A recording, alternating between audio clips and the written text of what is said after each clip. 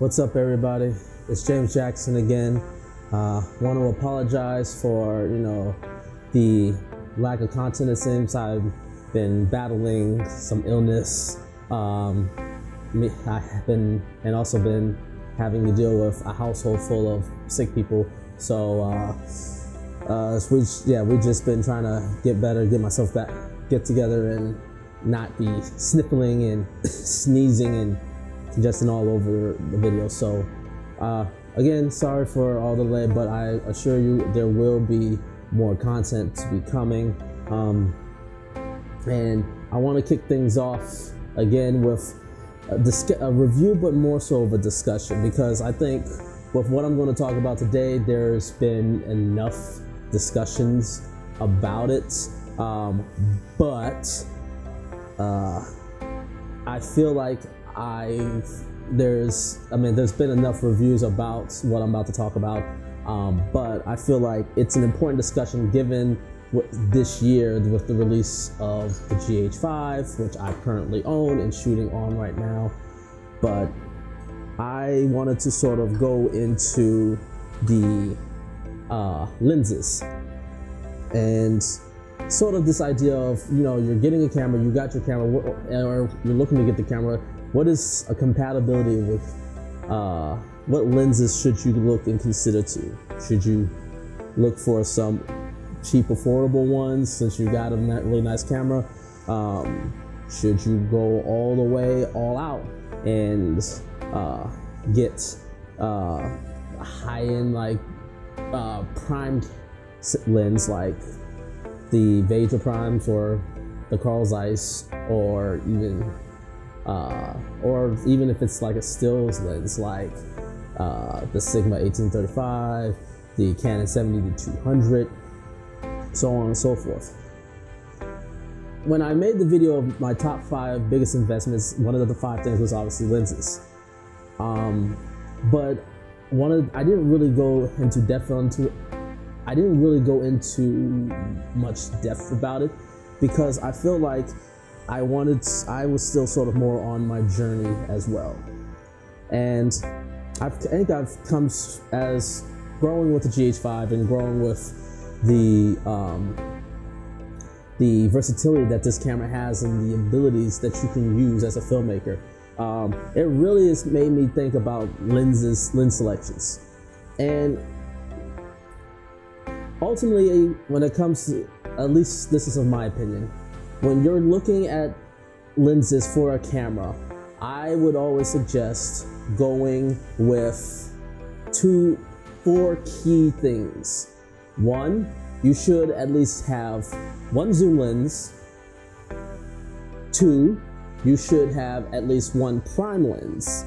3, one of the 2 should be native to the mounts, so Micro Four Thirds, EF, Sony E, etc., etc. And then finally, 4th, one of the 2 that you have should be native to the brand of the camera, so Panasonic, Canon, Sony, etc., etc. Now, why is the brand so important? Well, that is because there's a lot of functions a lot of these cameras have, especially like the hybrid cameras, the DSLR cameras, the more digital consumer cameras.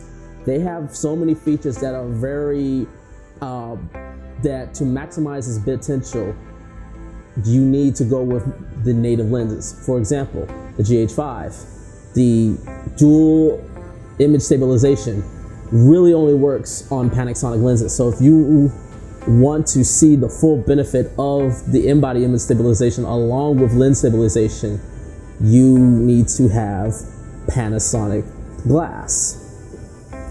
This also goes into the fact that other features like maybe autofocus, certain features may be locked out due to the type of glass you have. For example, on the Canon C100 Mark II, the phase detection of dual pixel autofocus is locked to STM lenses from Canon only.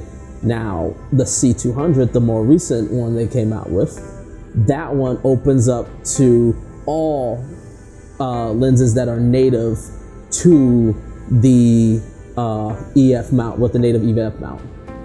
However, the ones that still work best for phase detection on the Canon C200 is still Canon made glass. So with those 4 criteria, you can sort of mix them with tweak. You can really just get one lens that sort of fits that criteria, that is brand based and native mount based. Obviously, if you got a brand base, obviously the native mount base is covered, and you can just have one and then get another one. So since the beginning, I've got the GH5. I've been working with the Olympus 12 to 40 millimeter f2.8, which is the equivalent of a 24 to 80 millimeter lens. And I chose that one initially over Panasonic glasses because the perspective of Panasonic, even though I was losing in-body image, the dual IS, in that sort of focal range, it's really not as needed. Well, on the latter part of the focal length, but the primary part that I shoot with, which is like 18 to 25, you won't really see it because with that wide of a range, the in-body stabilization is more than capable of shooting what you need to get done. And also, I like the fact that it was fully weather sealed and it was built like a tank. It could take a lot of beatings, especially when I'm going out. So that's the zoom lens. So for the longest time, I've been looking for a prime lens to sort of work well, not only with the lens that I have now, but the GH5. And one that could really make use of the dual IS. But I think I have finally found the lens that I feel is going to be my primary prime lens. And that would be this guy. This guy right here. Yes, the Panasonic Leica Nocticron 42.5 f1.2 lens. Now, all I have to say about this lens is wow. And the reason why is this, in terms of build quality, this thing is a tank. I mean, you hear that? That is all metal right there. All metal, constructed. It is certainly going to take a beating. It has the power OIS into it. And when you combine that with the new lock IS that came with the firmware 2.0 of the GH5, you actually get footage that looks like you're shooting on a tripod. And I'm not kidding. This is an 85 millimeter equivalent. And I am shooting things handheld with this lens, looking like I'm shooting on a tripod. Handheld. I actually shot a music video recently with this very specific lens. And there were some parts where I was just doing some I had to do some very smooth panning, very smooth movement. And I was not using, there was a few occasions where I was using a gimbal system. I'm not gonna go into it yet. That's sort of another video. I'm gonna leave that a little bit of secret of which one I'm talking. But it's a gimbal system that I use and I actually now own. But a lot of it was handheld. And the shots are so smooth and steady, it blows my mind. And the details that this lens has, the glass in here, this thing right here, this glass is freaking amazing. How sharp it is, amazing all the way through, all the way down to f1.2, because there is a lot of glass that are fast, but they get softer as they go down. This isn't one of these lenses. This lens stays sharp from f1.2 all the way to f16, and it is a beauty. The other thing I love about this camera is the focus ring. There's a lot of cameras that are out there, even the Olympus. It's smooth, but when you turn it, anybody that has this Olympus lens, the 12 to 40mm, it's a great lens. It's super sharp, but if you work with this lens, you know that when you turn the focus ring, you get that air sound. It's like, so with this, there's none of that. And what's beauty about it's just smooth. Like, and what is amazing is on the GH5, the throw distance to going from one focal length all the way to infinity, it's almost a 300 degrees. So it's literally like filming on cinema glass on the GH5. It's amazing. Now, the one thing you do need to worry about is, just like many Panasonic glasses, this is focused by wire. So for photography, it's not a big deal, but for film, what it basically means is that the camera, there's no hard stops. There's nothing to determine that that if you were to hit the knob, so if you were to write like this one focus setting and then another focus setting on the lens, if you throw it off by any sense of like and knock it off balance, all your calculations and your focus is off, because the camera's going to only go off of what it remembers it using last. So if you're planning to get like a focus ring and then a focus pull and pulling that way, just remember to be careful that this is a focus by wire glass. But I gotta tell you, the images that are coming out of this lens blows my mind. So what is the price of this? Well, currently, if you were to get this on B&H right now, this thing will cost you about $1,400.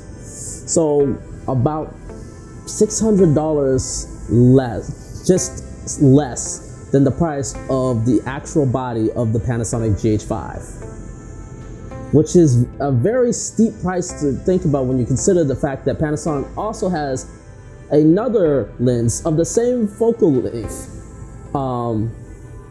in their Lumix line that's almost $1,000 less. So the question is a camera is the features on this worth $1,000 more? Is the extra 0.5 stops that you get, the extra 0.5 that you get, not stops, but the extra 0.5 you get, is it worth the price jump? Well, as I said, a lot of times you get what you pay for. Now, for what the Lumix version delivers, that lens for most people, I think, will be sufficient. It will definitely deliver. However, it's definitely more prone, from my experience shooting, to chromatic aberrations than this lens. The sharpness on this lens is definitely there, even more so to me at least, when this is at f1.7 compared to the other one, and it's still sharp all the way down to f1.2. And so it's going to give you a little bit better boost in low light. Now, it is going to be heavier, but again, it all depends on your needs. But to me, if I had to sit and think of getting a 1 prime lens, if I was like, okay, I want 1 prime lens, particularly something on the telephoto side, the 85mm equivalent, that is like the sweet spot for a lot of telephoto, the telephoto aspect. If I had to just have only 1 prime lens to shoot with, I would not hesitate to get this. I actually got to return this to Lens Rentals. I want to thank them for allowing me to use this. They're always great. So if you ever need to have equipment that you need to rent out for a project that you're shooting, definitely check out lensrentals.com. They are, to me, one of the best rental companies that works across state lines. They are always there to help you out. They're there to make sure. What was cool is I was actually expecting this to get this Friday. They actually sent it to me Thursday, so I would be able to have all of this checked to make sure everything was good in case I had to return it. Thank you guys for watching. Make sure to subscribe to the channel. If you like this video, make sure to leave a like, make sure to leave a comment below. I also want to hear from you guys. What do you think? Do you think the Nocticron is worth $1,400? Do you think the Lumix G series version is just as good, maybe better, or maybe it's not? I would love to hear from you guys, you know, because to me, I personally just feel like if you're going to spend a lot of money on a camera, it's a waste to basically put a poor glass on top of it.